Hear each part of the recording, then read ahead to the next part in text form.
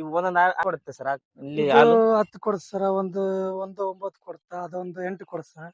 ಆ ಕಡೆ ಲಾಸ್ಟ್ನದ್ದು 7 ಕೊಡುತ್ತೆ ಸರ್. ಒಂದ್ ಟೈಮಿಗೆ ಶೆಡ್ ಅನ್ನ ನಾರ್ಮಲ್ ಆಗಿ ಮಾಡ್ರಿ. ನಿಮ್ಗೇನಲ್ಲಿ ಶೆಡ್ ನೋಡಿದ ತಕ್ಷಣ ನಿಮ್ಗೆ ಮರದಿ ಹೋಗಲ್ಲ, ನಿಮ್ಗೆ ಬಡತನ ಬರಲ್ಲ. ನಿಮ್ಗೆ ಯಾರ್ದೋ ದೊಡ್ಡ ದೊಡ್ಡ ಶ್ರೀಮಂತರ ಮಾಡ್ತಾರೆ ಅನ್ಕೊಂಡ್ಬಿಟ್ಟು ಹೋಗಿ 10 ಲಕ್ಷ 20 ಲಕ್ಷ ಹಾಕೊಂಡ್ಬಿಟ್ಟು ದೊಡ್ಡ ಶೆಡ್ ಮಾಡ್ಬಿಟ್ರೆ ಇದ್ರಲ್ಲಿ ಲಾಭ ಬರಲ್ಲ. ಹಾಕಿ ಎಷ್ಟು ತಿಂಗಳು ಸರ್ ಅದು?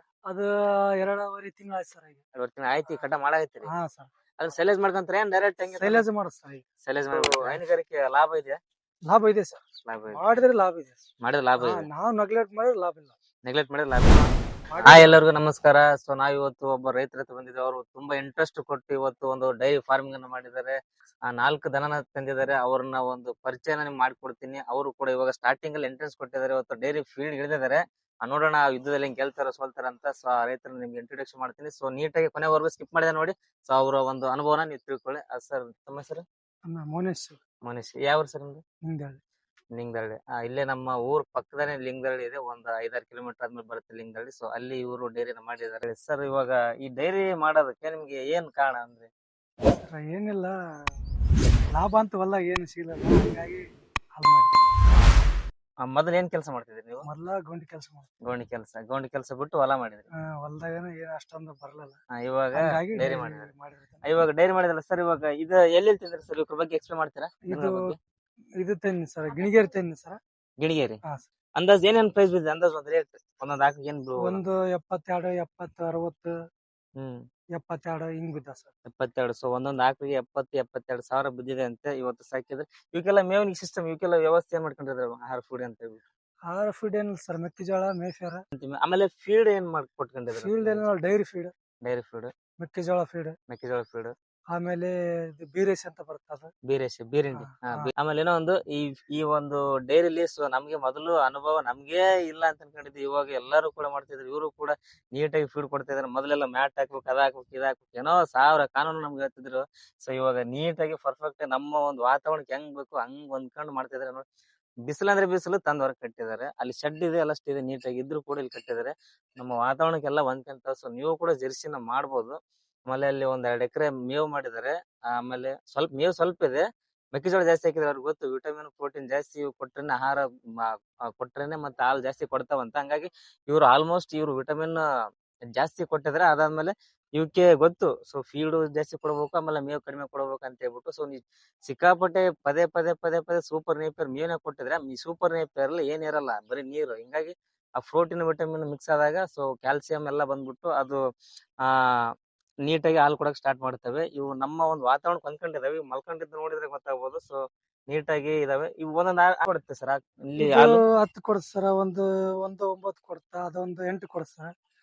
ಲಾಸ್ಟ್ನದ್ದು 7 ಕೊಡುತ್ತೆ ಸರ್. ಒಂದ್ ಟೈಮಿಗೆ ಸರ್. ಒಂದ್ ಟೈಮ್ ಇಷ್ಟು ಕೊಡುತ್ತೆ ಅಂತೆ. ಟೋಟಲ್ ಒಂದ್ ದಿನಕ್ಕೆ ಎಷ್ಟು ಲೀಟರ್ ಹಾಲು? 1 ಲೀಟರ್ಗೆ 35 ಅಷ್ಟೇ.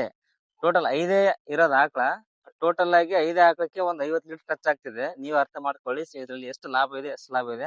ನೀವು ಮಂದಿ ಮಾತು ಕೇಳ್ಕೊಬೇಡ್ರಿ. ನೀಟಾಗಿ ನಾವು ರೈತರೇ ಇಂಟ್ರೊಡಕ್ಷನ್ ಮಾಡ್ತಾ ಇದೀವಿ. ಸೊ ಅವರ ಒಂದು ಮಾತನ್ನ ನೀವು ಕೇಳಿ, ಅವ್ರು ಏನ್ ಹೇಳ್ತಾರೋ ಅದನ್ನೇ ನೀವು ಮೆನ್ಷನ್ ಮಾಡಿ, ಅವ್ರು ಹೇಳ್ತಾರೆ ಅದೇ ಮಾಡಿ. ಆಮೇಲೆ ನಾವು ಪ್ರತಿ ವಿಡಿಯೋದಲ್ಲೇ ಹೇಳಿರೋದೊಂದೇ, ಶೆಡ್ ಅನ್ನ ನಾರ್ಮಲ್ ಆಗಿ ಮಾಡ್ರಿ. ನಿಮ್ಗೇನಲ್ಲಿ ಶೆಡ್ ನೋಡಿದ ತಕ್ಷಣ ನಿಮ್ಗೇನು ಮರದಿ ಹೋಗಲ್ಲ, ನಿಮ್ಗೇನ್ ಬಡತನ ಬರಲ್ಲ, ನಿಮ್ಗೇನ್ ಬಡತನ ಇದಾರೆ ಅಂತ ಹೇಳಲ್ಲ.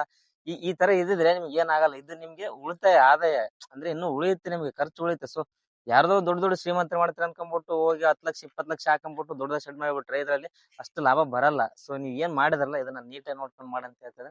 ಇದೇನ್ ಸರ್ ಕಾಯಿಪಲ್ಲೆ? ಇದು ಟಮಾಟೆ ಸರ್. ಟಮಾಟಿ. ಹಂಗೆ ಟಮಾಟೆ, ಬದ್ನಿ ಗಿಡ. ಟಮಾಟೆ ಮನೆಗೋಸ್ಕರ ಹಾಕೊಂಡಿದ್ದಾರೆ. ಇದು ಆಕಳ ಸಾಕ್ತಿದ್ರು. ಇವಾಗ ಏನ್ ಅನ್ಸುತ್ತೆ ಇದ್ರ ಬಗ್ಗೆ? ಅಂದ್ರೆ ಈಗ ಕೊಡ ಲೆಕ್ಕ ನೋಡಿದ್ರೆ ಸರ್, ಈಗ ಚೆನ್ನಾಗಿ ಓದ್ತಾ ಇದೆ ಹಾಲಿನ. ಬೆಟರ್ ಅನ್ಸುತ್ತೆ ಸರ್. ಬೆಟರ್ ಅನ್ಸುತ್ತೆ. ಇಲ್ಲ ಇನ್ಸೂರೆನ್ಸ್ ನೀವು ಮಾಡ್ಸಿದ್ರೆ? ಇನ್ಸೂರೆನ್ಸ್ ಇನ್ನ ಮಾಡಿಲ್ಲ ಸರ್. ಅವಕ್ಕ ಈಗ ಹೊಸದಾಗಿ ತನ್ನಿ ಒಂದ್ 3 ತಿಂಗಳು ಆಯ್ತು. ಇನ್ನ ಮಾಡಿಸಿಲ್ಲ ಸರ್. ಅವಕ್ಕ ಇನ್ಸೂರೆನ್ಸ್ ಮಾಡಿಲ್ಲ, ಮಾಡಿಸ್ಬೇಕು. ಎಲ್ಲ ನಮ್ಮ ವಾತಾವರಣಕ್ಕೆ ಹೊಂದ್ಕೊಂಡ್ಬಿಟ್ಟವಲ್ಲ. ಏನು ಅಂತ ಸಮಸ್ಯೆ ಇಲ್ಲ. ಏನ್ ಸಮಸ್ಯೆ ಏನೋ ಮತ್ತೇನ ಈ ತರ ಮ್ಯಾಟ್ ಆಗ್ಲಿಕ್ಕೆ ಏನ್ ಸುಲಭ ಆಗುತ್ತೆ? ಏನ್ ಸಂಬಂಧ ಇಲ್ಲ ಸರ್. ಇಲ್ಲಿ ಹಾಕಿ ನೋಡಿ ಇಷ್ಟೇ ಕರೆ. ಇಷ್ಟೇ ಮೇಸದ ಆರಾಮಾಗಿ. ಅಂದ್ರೆ ಈ ಮಧ್ಯಾಹ್ನ ಯಾಕೆ ಇಲ್ಲಿ ಹೊರಗೆ ಕಟ್ಟಿರ? ಅಲ್ಲೇ ಒಳಗ್ ಕೊಡ್ಬೋದಾಗಿತ್ತಲ್ಲ. ಇಲ್ಲಿ ಗಾಳಿ ಬರ್ತ ಸರ್, ಆರಾಮಾಗಿ ಫ್ರೀ ಆಗಿ. ಆಮೇಲೆ ಸ್ವಲ್ಪ ಅದಕ್ಕೆ ಎಷ್ಟು ಬೇಕಷ್ಟು ಬಿಸಿಲು ಬೇಕು ಸರ್. ಪೂರಾ ತಂಪಾದ್ರೂ ಅವು ಆಗಲ್ಲ ಕೆಲಸ. ತಂಪಾದ್ರಾಗಲ್ಲ, ಬಿಸಿಲಾದ್ರಾಗಲ್ಲ. ಒಂದ್ ಲೆಕ್ಕಕ್ಕೆ ಗಾಳಿ ಬೇಕಾಗ್ತದ, ಈಟಿನ ಆಗುತ್ತೆ ಸರ್. ಒಂದ್ ಲೆಕ್ಕ ಗಾಳಿ ಬೇಕು, ಈಟಿನ ಬೇಕು, ಎರಡು ಮೇಂಟೈನ್ ಆದ್ರೇನೆ ಒಂದ್ ಹಾಕಿ ಸೇಫ್ಟಿ ಆಗಿ. ಹಂಗಾಗಿ ಆರಾಮಾಗಿದೆ ಸರ್ ನೆಲದಲ್ಲಿ. ಆರಾಮ ಮಲ್ಕೊಂಡಿದಾವೆ. ಇವು ಅಂದ್ರೆ ಜರ್ಸಿ, ಆಲ ಬ್ಲಾಕ್, ಸಾಯಿವಲ್ಲ. ಮೂರು ಮಿಕ್ಸ್ ಇವೆಲ್ಲ ಕಟ್ಟಿದ್ರೆ ನಂಗಾಯ್ತು. ಸರ್ ಈಗೇನ್ ಮುಂದೇನ ತರ್ಬೇಕ್ ಅನ್ಕೊಂಡಿದ್ರ ಆಕಳೇನ್ ಹೆಂಗ? ಇನ್ನ ತರಬೇಕು ಅನ್ಕೊಂಡಿದ್ವಿ ಸರ್. ಇನ್ನ ತರ್ಬೇಕ್ ಅನ್ಕೊಂಡಿದ್ರ. ಓಕೆ, ಒಳ್ಳೆ ಪ್ಲಾನಿಂಗ್ ಇದೆ, ಬಟ್ ಚೆನ್ನಾಗಿದೆ. ಆಮೇಲೆ ಇವಾಗ ನಮ್ ರೈತರಿಗೆ ಏನ್ ಹೇಳಕ್ ಇಷ್ಟಪಡ್ತೀರಿ? ಇವಾಗ ಮುಂದೆ ಡೈರಿ ಮಾಡ್ತಾರಲ್ಲ ಅವ್ರಿಗೆ ಏನ್ ಹೇಳಕ್ ಇಷ್ಟಪಡ್ತೀರಿ? ಮಾಡ್ಬೇಕು ಸರ, ಒಟ್ಟಿನಲ್ಲಿ ಫಸ್ಟ್ ನಲ್ಲೇ ದುಡ್ಡು ಹಾಕ್ಬಾರ್ದು. ಹಾ ಆಮೇಲೆ ನಮ್ಗೆ ಎಷ್ಟಾಗತ್ತೆ ಅಷ್ಟ್ರಲ್ಲೇ ಮಾಡ್ಬೇಕು. ಆಮೇಲೆ ಎರಡು ತರ ಫಸ್ಟ್ ವಾತಾವರಣ ನೋಡ್ಕೊಂಡ್ಬಿಟ್ಟು ಆಮೇಲೆ ಜಾಸ್ತಿ ಮಾಡ್ಕೊಂತ ಹೋಗ್ಬೇಕು ಅಷ್ಟೇ. ಫಸ್ಟ್ ನಲ್ಲಿ ಅಂದ್ರೆ ಫಸ್ಟ್ ಒಂದ್ ಒಂದ್ ಹಾ. ತರಂಗಿಲ್ಲ, ಒಂದು ತರಬಾರ್ದು, ಒಂದು ತಂದ್ಬಿಟ್ರೆ ಅದು ಏನು ಗೊತ್ತಾಗಲ್ಲ ಅದ್ರಲ್ಲಿ. ಎರಡಾದ್ರೆ ಗೊತ್ತಾಗದು ಏನ. ಎರಡಾದ್ರೆ ಗೊತ್ತಾಗದು. ಎರಡರಿಂದ ಆಮೇಲೆ ಆಮೇಲೆ ನಿನ್ಗ ಅಡ್ಜಸ್ಟ್ ಆಯ್ತು ಅಂದ್ರೆ ಬಹಳ ಇನ್ನ ಕಷ್ಟ ಬೇಡ. ಐತೆ ಅಂತ ಹೇಳ್ತಲ್ಲ ಸರ್, ಹೆಂಗಿದು ಏನ್ ಸಿಕ್ಕಾಪಟ್ಟೆ ಕಷ್ಟ ಇಲ್ಲ ಸರ್, ನಾವ್ ಎಷ್ಟ್ ಅದಕ್ಕ ನೋಡ್ಕೊಂತೀವಿ ಅದು ನಮ್ಮನ್ನ ನೋಡ್ಕೊಂತೀವಿ. ನಾವ್ ಸ್ವಲ್ಪ ನೆಗ್ಲೆಕ್ಟ್ ಮಾಡಿದ್ರೆ ಅದು ನಮ್ ನೆಗ್ಲೆಕ್ಟ್ ಮಾಡ್ತೀವಿ. ಸ್ವಲ್ಪ ಲೇಟ್ ಮಾಡಿದ್ರೆ ಫುಲ್ ಇದೇ ಸಮಸ್ಯೆ ಅಂತಲ್ಲ, ಹೆಂಗಂತ? ಸ್ವಲ್ಪ ನೆಗ್ಲೆಕ್ಟ್ ಮಾಡಿದ್ರೆ ಸಮಸ್ಯೆ ಆಗುತ್ತೆ ಸರ್. ಕಡೆಗೆ ಒಂದ್ ವಾರ ಫೀಡ್ ಕೊಡೋದ್ ಬಿಟ್ಬಿಟ್ರೆ ಹೆಂಗಾಗ್ಬೋದು? ಫೀಡ್ ಕೊಡ್ಲಿಲ್ಲ ಅಂದ್ರ ಹಾಲು ಕಮ್ಮಿ ಬರುತ್ತೆ ಸರ್. ಫೀಡ್ ಕೊಟ್ರೆ ನಮ್ಗ್ ಜಾಸ್ತಿ ಆದಾಯ. ಆಟೋಮೆಟಿಕ್ ಕಡಿಮೆ ಫೀಡ್ ಹಾ. ಕೊಡ್ಲಿಕ್ಕೆ. ಕೊಡ್ಲಿಕ್ಕೆ ಕಡೆಗೆ ಏನ್ ಬಿಡಪ್ಪ ಫೀಡ್ ಸುಮ್ನೆ ಎಲ್ಲಿ ಮತ್ತೆ ಏನ್ ಸರ್, ಫೀಡ್ ಏನ್ ಬೇಕಾಗಿಲ್ಲ ಅಂದ್ರೆ ಹ್ಮ್. ಮೆಕ್ಕೆಜೋಳ ಮೇಪರ್ ಇದ್ರೆ ನನಗೆ ಎಷ್ಟ್ ಬೇಕು ಅಷ್ಟು ಕೊಡುತ್ತೆ ಸರ್. ಒಟ್ನಲ್ಲಿ ನಮ್ಗ್ ಜಾಸ್ತಿ ಬೇಕಂದ್ರೆ ಫೀಡ್ ಕೊಡ್ಬೇಕು ಅಷ್ಟೇ. ಜಾಸ್ತಿ ಬೇಕಂದ್ರೆ ಫೀಡ್ ಬೇಕು. ಹಾ. ಒಟ್ನಲ್ಲಿ ಫೀಡ್ ಬೇಕಂದಂಗ ಆಯ್ತು. ಬೇಕು ಸರ್. ಬೈ ಚಾನ್ಸ್ ನೀವ್ ಫೀಡ್ ಹಾಕ್ದೇನೆ ಮೇಯ್ಸಿದ್ರೆ ಹಾಲ್ ಕೊಡಲ್ಲ. ಹಾಲು ಕೊಡುತ್ತೆ ಸರ್, ಹಾ, ಹಾ. 5-6 ಕೊಡುತ್ತೆ. ಅವಾಗ ಸುಮ್ನೆ ನಾವು ಮಾಡಿದ ಕೂಲಿ ಬರಲ್ಲ. ಮಾಡಿದ ಕೂಲಿ ಬರಲ್ಲ, ಹಾ. ಗಂಟು ಬರಲ್ಲ ಅಂತ ಅದ್ರಲ್ಲಿ ಸ್ವಲ್ಪ ಫೀಲ್ಡ್ ಗಿಲ್ಡ್ ಹಾಕ್ಬಿಟ್ರೆ ಒಂದ್ ಸ್ವಲ್ಪ ಜಾಸ್ತಿ ಕೊಡ್ತಾ ಅಲ್ಲೇ ಕೂಲಿ ಬರುತ್ತೆ, ನಮ್ಗೆ ಆದಾಯ ಒಳ್ಳೆ ಇದು ಸಿಗುತ್ತೆ sir. ಇನ್ಕಮ್ ಹಂಗಾಗಿ ಸಿಗುತ್ತೆ ಅಂತ ಮಾಡ್ತಾ ಇದ್ದಾರೆ. ಮಾಡ್ತಾ ಇದೀವಿ. ಇವಾಗ ಮಾಡೋದು 3 ತಿಂಗಳಾಯ್ತು. ಹಾ ಸರ್. ಇವಾಗ ಮುಂದೇನೋ ಮಾಡ್ಬೇಕು ಅನ್ಕೊಂಡಿದ್ರ? ಇನ್ನ ಮಾಡ್ಬೇಕು ಅನ್ಕೊಂಡ್ವಿ. ಸೊ ಇವಾಗ ಏನ್ ನೀವು ಡೈರಿಯಲ್ಲಿ ನಿಮ್ಗೆ ಈಗ ಹಾಲ್ ಕೊಡ್ತಾ ಇದ್ರಲ್ಲ, ಹಾ. ಈಗ ಹಾಲ್ ಫೇಲ್ ಆಗ್ತಾ ಇದೆ, ಪಾಸ್ ಆಗ್ತಿದೆ ಅಂತ? ಪಾಸ್ ಆಗ್ತೀವಿ ಸರ್. ಪಾಸ್ ಆಗ್ತಿದೆ.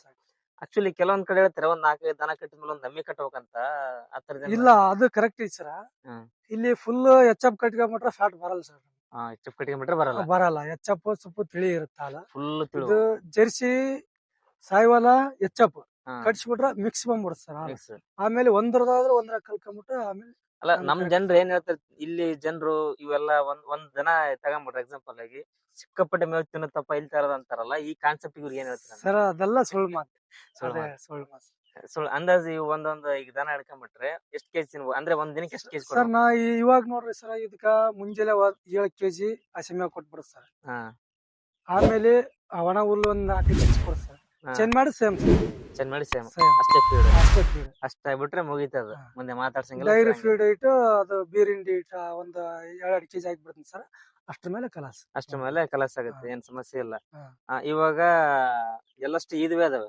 ಇದಿವೆ ಸರ್. ಸೆಮಿನಾರಿಗೆ ಬಂದು ಯಾವಿಲ್ಲ. ಇಲ್ಲ ಸರ್. ಅಂದ್ರೆ ಇನ್ನು ಎಲ್ಲ ಫುಲ್ ರನ್ನಿಂಗ್ ಐತಿ ಮುದು ಹಾ. ಕರ್ನವ್ರಿ ಇವಾಗ. ಇವಾಗ ಮೆಕ್ಕೆಜೋಳ ಹಾಕಿ ಎಷ್ಟು ತಿಂಗಳು ಆಯ್ತು ಸರ್ ಅದು? ಅದು 2.5 ತಿಂಗಳು ಆಯ್ತು ಸರ್. ಈಗ 2 ತಿಂಗಳು ಆಯ್ತು, ಕಟ ಮಾಡಾಕತ್ತೀರಿ? ಹಾ ಸರ್. ಅದ್ರ ಸೈಲೇಜ್ ಮಾಡ್ಕೊಂತಾರೆ ಏನ್ ಡೈರೆಕ್ಟ್ ಹಂಗೆ? ಸೈಲೇಜ್ ಮಾಡುತ್ತೆ ಸರ್. ಈಗ ಸೈಲೇಜ್ ಮಾಡಿಬಿಡ್ತಾರೆ. ಡೈರೆಕ್ಟ್ ತಂದು ಹಾಕಿರಿ ಸಮಸ್ಯೆ ಇಲ್ಲ? ಡೈರೆಕ್ಟ್ ತಂದ್ ಹಾಕಿರೋ ಇದು ಮೇಯಕ್ ಇರುತ್ತೆ ಸರ್. ಹ್ಮ್. ಸೈಲೇಜ್ ಮಾಡಿ ನಮ್ಗ ಮಳೆಗಾಲದಾಗ ಬೇಕಾದಾಗ. ಹೋಗಕ್ ಆಗಲ್ಲ. ಹಾ. ಹಾಗಾಗಿ ಇಲ್ಲೇ ಇರುತ್ತ ತಂದ್ ಹಾಕ್ಬಿಟ್ರೈತೆ ಅಂತ. ಬೇಕಾದ ಹಾ, ಸ್ಟಾಕ್ ಬೇಕಾದಾಗ ಅಂತ ನಿಮ್ ಲೆಕ್ಕ. ಹಾ. ಇವಾಗ ಇದು ಹೈನುಗಾರಿಕೆ ಲಾಭ ಇದೆಯಾ? ಲಾಭ ಇದೆ ಸರ್. ಲಾಭ ಇದೆ. ಮಾಡಿದ್ರೆ ಲಾಭ ಇದೆ. ಮಾಡಿದ್ರೆ ಲಾಭ ಇದೆ. ನಾವು ನೆಗ್ಲೆಕ್ಟ್ ಮಾಡಿದ್ರೆ ಲಾಭ ಇಲ್ಲ. ನೆಗ್ಲೆಕ್ಟ್ ಮಾಡಿದ್ರೆ ಲಾಭ ಇಲ್ಲ. ಮಾಡಿದ್ರೆ ಲಾಭ. ಎಲ್ಲಾ ವಿಡಿಯೋದಲ್ಲಿ ಹೇಳಿದ್ರಿಂದ ಎಲ್ಲಾ ರೈತರು ಹೇಳೋದಂದ್ರೆ ನೆಗ್ಲೆಕ್ಟ್. ಇಲ್ಲಿ ಎಲ್ಲಿ ನೆಗ್ಲೆಕ್ಟ್ ಬರುತ್ತೆ ಈ ಡೈರಿ ಫಾರ್ಮ್ ಸಕ್ಸಸ್ ಆಗಲ್ಲ. ಆಗಲ್ಲ ಸರ್. ಇಲ್ಲಿ ಕಾಲು ಹೊಲಸಾಗಿರ್ಬೇಕು, ಕೈ ಕೆಸರಾಗಿರ್ಬೇಕು ಅಂದ್ರೇನೆ ಇದು ಡೈರಿ ಫಾರ್ಮ್. ಇಲ್ಲಪ್ಪ ಅಂದ್ರೆ ಡೈರಿ ಫಾರ್ಮ್ ಮಾಡಕ್ ಹೋಗ್ಬೇಡಿ. ಸೊ ನಿಮ್ಗೆ ಆಗದಿರೋ ಕೆಲಸ, ಇವಾಗ ನಾನು ಇನ್ನೊಂದ್ ಕೆಲಸ ಮಾಡ್ಕೊಂಡ್ಬಿಟ್ಟು ಈ ಕೆಲಸನ ಮಾಡ್ತೀನಿ ಅಂತಂದ್ರೆ ಆಗಲ್ಲ. ಸೊ ಒಂದ್ ಕೆಲಸ ಮಾಡ್ತೀನಿ ಅನ್ನಂಗಿದ್ರೆ ಈ ಫೀಲ್ಡ್ ಬನ್ನಿ, ಇಲ್ಲ ಅಂತಂದ್ರೆ ಬಿಟ್ಬಿಡಿ. ಆಮೇಲೆ ಏನೋ ಒಂದು ಹೇಳ್ಬೇಕಂತಂದ್ರೆ ಇಲ್ಲಿ ಡೈರಿಲಿ ನೀವು ದುಡ್ಡು ಮಾಡ್ತಿರೋ ಬಿಡ್ತಿರೋ ಅನ್ನೋದು ಅದು ನೆಕ್ಸ್ಟ್ ರೀ. ಬಟ್ ಇಲ್ಲಿ ನೆಮ್ಮದಿ ಶಾಂತಿ ಬಹಳ ಇರುತ್ತೆ. ಇಲ್ಲಿ ನಾನ್ ನೋಡಿದ ಮಟ್ಟಿಗೆ, ನನ್ನ ಎಕ್ಸ್ಪೀರಿಯನ್ಸ್ ಮಟ್ಟಿಗೆ, ದೊಡ್ಡ ದೊಡ್ಡ ನೌಕರಸ್ಥರು, ಪಿಡಿಒಗಳಾಗಿರ್ಬೋದು, ಮತ್ತೆ ದೊಡ್ಡ ದೊಡ್ಡ ಆಫೀಸರ್ಸ್ ಹೇಳಂಗಿಲ್ಲ, ಬಟ್ ಅವರೆಲ್ಲ ಇವಾಗ ಆಕಳ ಕಟ್ಕೊಂಡು ಮನೆಯಲ್ಲೇ ಇದಾರೆ. ಏನಪ್ಪಾ ನೌಕರಿ ಬಂದು ಏನಿದು ಸಮಸ್ಯೆ, ನೆಮ್ಮದಿ ಇಲ್ಲ ಅನ್ಕೊಂಡ್ ಆ ತರದಲ್ಲಿ ಆಗ್ಬಿಟ್ಟಿದೆ. ಸೊ ಇವತ್ತೆಲ್ಲರೂ ಕೂಡ ಇವಾಗ ಕೃಷಿ ಅನ್ನೋದಕ್ಕಿಂತ ಈ ಹೈನುಗಾರಿಕೆಗೆ ಇಳಿತಿದಾರೆ. ಪ್ರತಿಯೊಬ್ರು ಹೈನುಗಾರಿಕೆಯನ್ನ ಮಾಡಿ. ಸೊ ಯುವ ರೈತರು ಕೂಡ, ಅವರು ಕೂಡ ಒಂದು ಅನುಭವದ ಮಾತನ್ನ ಹೇಳಿದಾರೆ, ಯಾವ ರೀತಿ ಮಾಡ್ಬೋದು, ಯಾವ ರೀತಿ ಇಲ್ಲ ಅಂತ ಹೇಳ್ಬಿಟ್ಟು. ಸೊ ಎಷ್ಟು ಹಾಲು ಕೊಡುತ್ತೆ ಅಂತಾನು ಕೂಡ ಹೇಳಿದಾರೆ, ಅವ್ರು ಯಾವ ರೀತಿ ಆಗ್ತಿಲ್ಲ ಅಂತಾನು ಕೂಡ ಹೇಳಿದಾರೆ, ಏನ್ ಮೇವ್ ಆಗ್ತಿಲ್ಲ ಅಂತಾನು ಕೂಡ ಹೇಳಿದಾರೆ. ಎಲ್ಲಾ ವ್ಯವಸ್ಥೆನೂ ಕೂಡ ಅವ್ರು ಮಾಡ್ಕೊಂಡಿದ್ದಾರೆ. ನೋಡಿ ನೀಟಾಗಿ ನಾನು ಬರ್ಕಾಯ್ಬಿಟ್ಟೆ. ಸ್ವಲ್ಪ ನೋಡ್ರಿ, ಇದನ್ನ ನೀವು ನೋಡಿದ್ರೆ ವಿಚಾರ ಮಾಡ್ರಿ. ಯಾಕಂತ ಕೇಳ್ರಿ, ನಾವ್ ಅನ್ಕಂತೀವಿ ನಮ್ ಬಿಸಿಲು ಬಾಳ ಇರುತ್ತಪ್ಪ ನಡೆಯಂಗಿಲ್ಲ ಅನ್ಕೊಂಡು. ಜಸ್ಟ್ ಈ ಬರ್ಕಂದ್ರೆ ಇದ್ರಾಗ ಏನಿರಲ್ಲ. ಬಿಸಿಲೆಲ್ಲ ಬಂದು ಡೈರೆಕ್ಟ್ ಬಾಡಿಗೆ ಬೀಳುತ್ತೆ ಅಲ್ವಾ. ಅಂತದ್ರಲ್ಲಿ ಆರಾಮ ತೆಲಾಡ್ಕೊಂಡ್ ಅದ ಮೋಸ್ಟ್ಲಿ ಆಕಳಗಳು. ಹಂಗಾಗಿ ಒಳ್ಳೆ ಇನ್ಕಮ್ ಇದೆ ಅಂತ ಹೇಳ್ತಿದ್ರೆ. ಸರಿ, ಇವಾಗ ಹೊಸದಾಗಿ ಮಾಡ್ತಾರಲ್ಲ, ನೀವು ಹೊಸದಾಗಿ ಮಾಡಿದ್ರಿ, ಹಾ, ಒಂದ್ 3 months ಆಯ್ತು. ಸೊ ಇದ್ರಲ್ಲಿ ನೆಮ್ಮದಿ ಇದೆ ಸರ್? ಇದ್ರಲ್ಲಿ ಸಿಕ್ಕಾಪಟ್ಟೆ ನಮ್ದು ಸರ್. ಆರಾಮ್, ಏನ್ ಟೆನ್ಷನ್ ಇಲ್ಲ ಸರ್. ಇದೇ ಕೆಲಸ ನಮ್ದು. ಇದೇ ಕೆಲಸ. ಅವರು ಕೂಡ ನೆಮ್ಮದಿ ಅಂತ ಹೇಳ್ತಾ ಇದ್ದಾರೆ. ಸೊ ನೆಮ್ಮದಿಕ್ಕಿಂತ ದುಡ್ಡು ಬೇಕು, ದುಡ್ಡಿನ ಜೊತೆ ನೆಮ್ಮದಿ ಬೇಕು. ಸೊ ಎರಡು ಇದ್ದಾಗಲೇ ಜೀವನ ಆಗೋದು.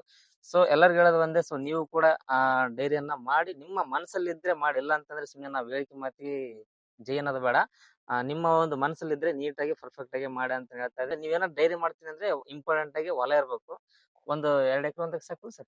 ಸರ್ 1 ಎಕರೆ ಇದ್ರೆ ಸಾಕು. 1 ಎಕರೆ ಇದ್ರೆ ಮಾಡ್ಬೋದು ಈಸಿ. 1 ಎಕರೆ ಒಂದ್ 10 ಗುಂಟೆ ಮೇವ್ ಹಚ್ಕೊಂಡ್ಬಿಟ್ಟು 30 ಗುಂಟೆ ಮೆಕ್ಕೆಜೋಳ ಹಾಕ್ಬಿಟ್ರೆ ಸಾಕು ಸರ್. ಅಷ್ಟರಲ್ಲೇ ಮೇಂಟೈನ್ ಆಗ್ಬಿಡುತ್ತೆ. ಒಣ ಹುಲ್ಲು, ಹಸಿ ಮೇವು ಮಿಕ್ಸ್ ಮಾಡ್ಬಿಟ್ರೆ ಮುಗೀತು. 1 ಎಕರೆನಾದ್ರೂ ಇರ್ಬೋದು. 20 ಗುಂಟೆ ಇದೆ ಅಂದ್ರೆ ಅರ್ಧ ಎಕರೆ ಇದ್ರು ಕೂಡ ಮಾಡ್ಬೋದು ಅಂತ ಹೇಳ್ತಾ ಇದ್ರೆ. ಅಷ್ಟಿದ್ರೆ ಸಾಕು. 1 ಎಕರೆ ಇದ್ರೆ 10 ದನ ಸಾಕ್ಬೋದು ಸರ್. 1 ಎಕರೆ ಇದ್ರೆ 10 ದನ ಸಾಕು ಮೇಂಟೈನ್ ಮಾಡೋದು. 1 ಎಕರೆ ಇದ್ರೆ 10 ಜನ ಸಾಕ್ಬೋದಂತೆ. 10 ಅಂತ ಸಾಕ್ತೀರಾ. ಒಳ್ಳೆ ಇನ್ಕಮ್ ಇದೆ. ಆಲ್ ದಿ ಬೆಸ್ಟ್ ಎಲ್ಲರಿಗೂ ಮಾಡೋರ್ಗು. ಈ ಒಂದು ವಿಡಿಯೋ ಇಷ್ಟ ಲೈಕ್ ಮಾಡಿ, ಶೇರ್ ಮಾಡಿ, ಕಮೆಂಟ್ ಮಾಡಿ. Thank you for watching.